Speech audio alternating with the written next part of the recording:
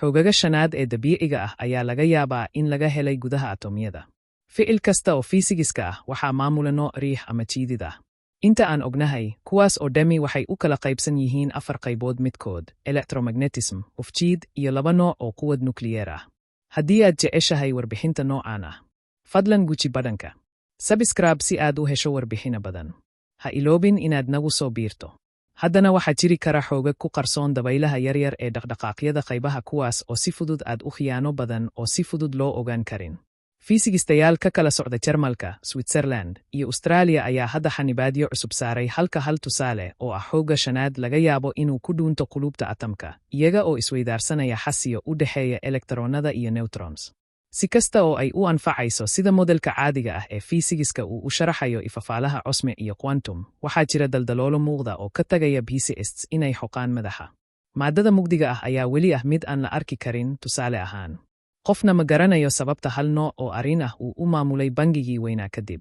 Rufiskiishu waa xubinta ugu badan ee la isweydiiyo ee qoyska xoogga ah, iyada oo aan lahayn aragti quantum ah oo lagu sharxo habdhaqankeeda. Fermi iyo bosons. Habka caadiga ah ee fiisigiska kuma xisaabtamo wax kasta oo aan aragno.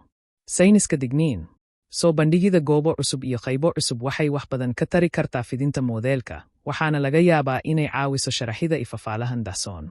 Qayb Yukawa ah waa dhexdhexaadiyaha la qiyaasayo ee xoogga suurtogalka ah ee ku dhex jira xudunta atamka.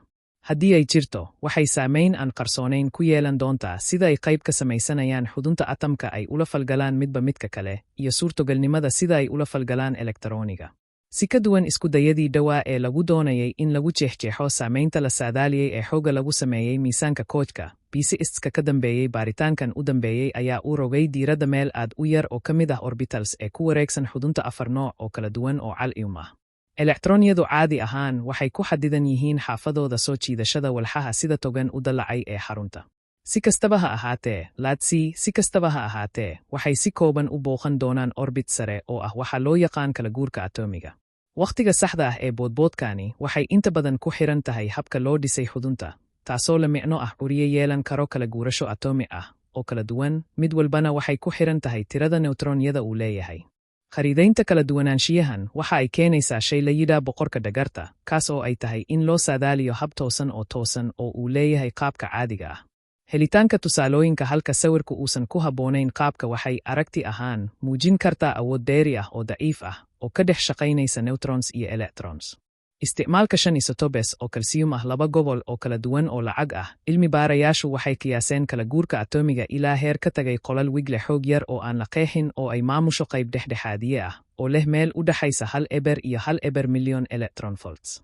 Wax kasta oo mugdigaas uu ku jiro xisaabintooda, cilmi baarayaashu waxay muujiyeen inay si weyn hoos ugu dhacday hal arrin, taas oo noqon karta tilmaan ku wajahan jiritaanka xoogga shanaad. Waxay qaadan doontaa tijaabo dheeraad ah iyo xisaabin la wanaajiyey si loo xaqiijiyo haddii dhaqdhaqaaq kasta oo ka dhex jira weecsanaantooda ka dhalatay ay tahay natiijada fiisigiska la yaqaan ama isdhexgalka Yukawa ee lamala awaalay, laakiin cilmi baarayaashu hadda waxay haystaan fikrad wanaagsan waxa la raadinayo ugu yaraan.